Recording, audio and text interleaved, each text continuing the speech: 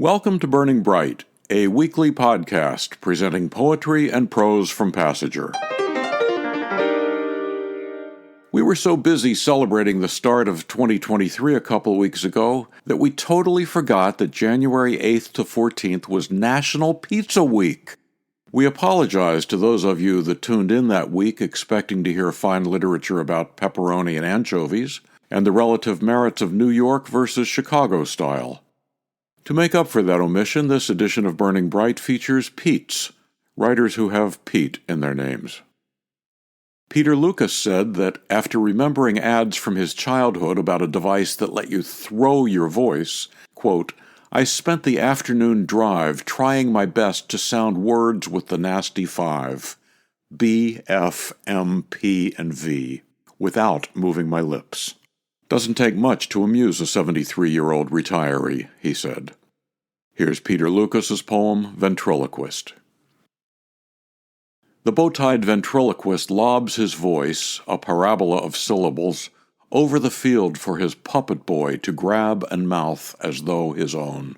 But like a sun-blinded outfielder, boy stops, still staring up as all the vowels, nouns, and verbs fall about his feet, unspoken, unheard, his bow tie bobbing on his Adam's apple.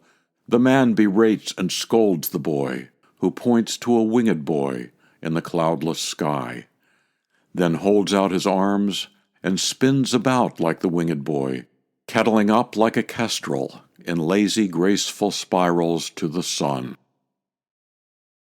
Ventriloquist, Peter Lucas, from Passenger, issue 67.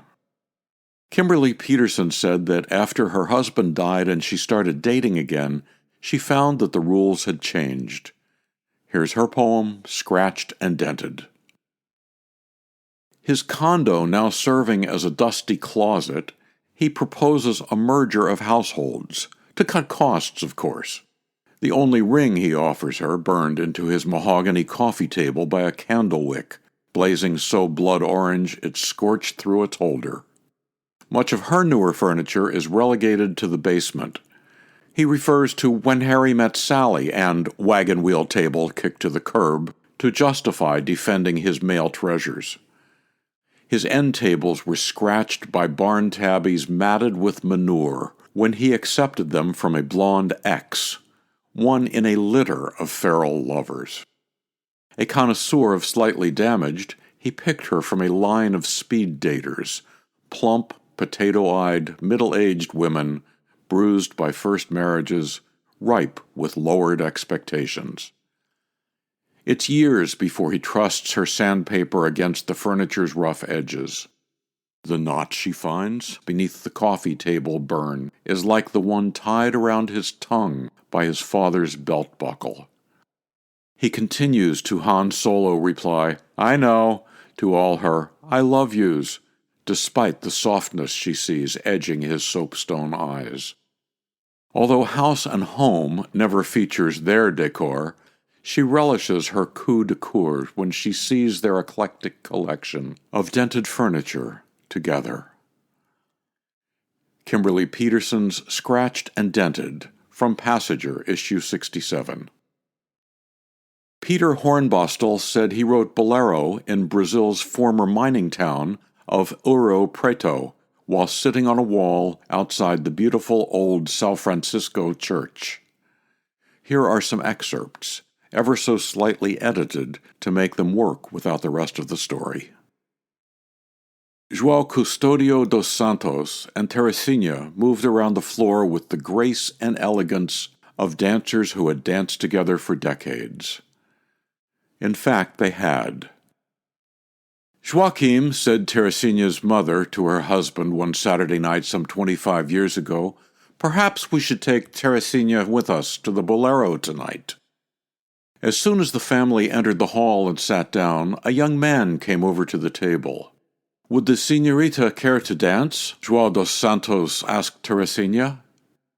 Teresinha shook her head a vigorous no, but her mother quickly answered, Oh, she'd be delighted.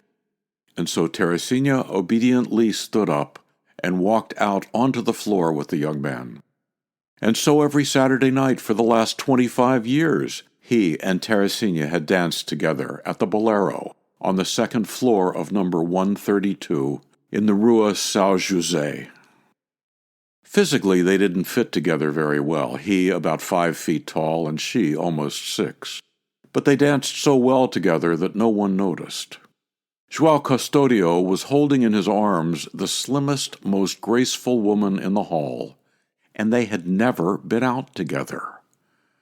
Well, he thought, it's now or never. He gracefully moved Teresina closer to him, so that her left ear was close to his mouth. "Would you like to have dinner with me on Monday?" he said. For the first time in almost 25 years, Teresina's right foot stepped too close to his left foot. His foot bumped her middle toe, and for a moment they stumbled out of beat. "No," she said, and spun out to her left, although he hadn't signaled a spin. "Thank God," he said, "me neither." She spun her body back close to his, their feet back in perfect harmony with the rhythm. "But," she said, "we can dance." Excerpts from Peter Hornbostel's story, Bolero, from Passenger, issue 52. To subscribe to or learn more about Passenger and its commitment to writers over 50, go to PassengerBooks.com. You can download Burning Bright from Spotify, Apple and Google Podcasts, and various other podcast apps. For Kendra, Mary, Christine, Roseanne, and the rest of the Passenger staff, I'm John Shore.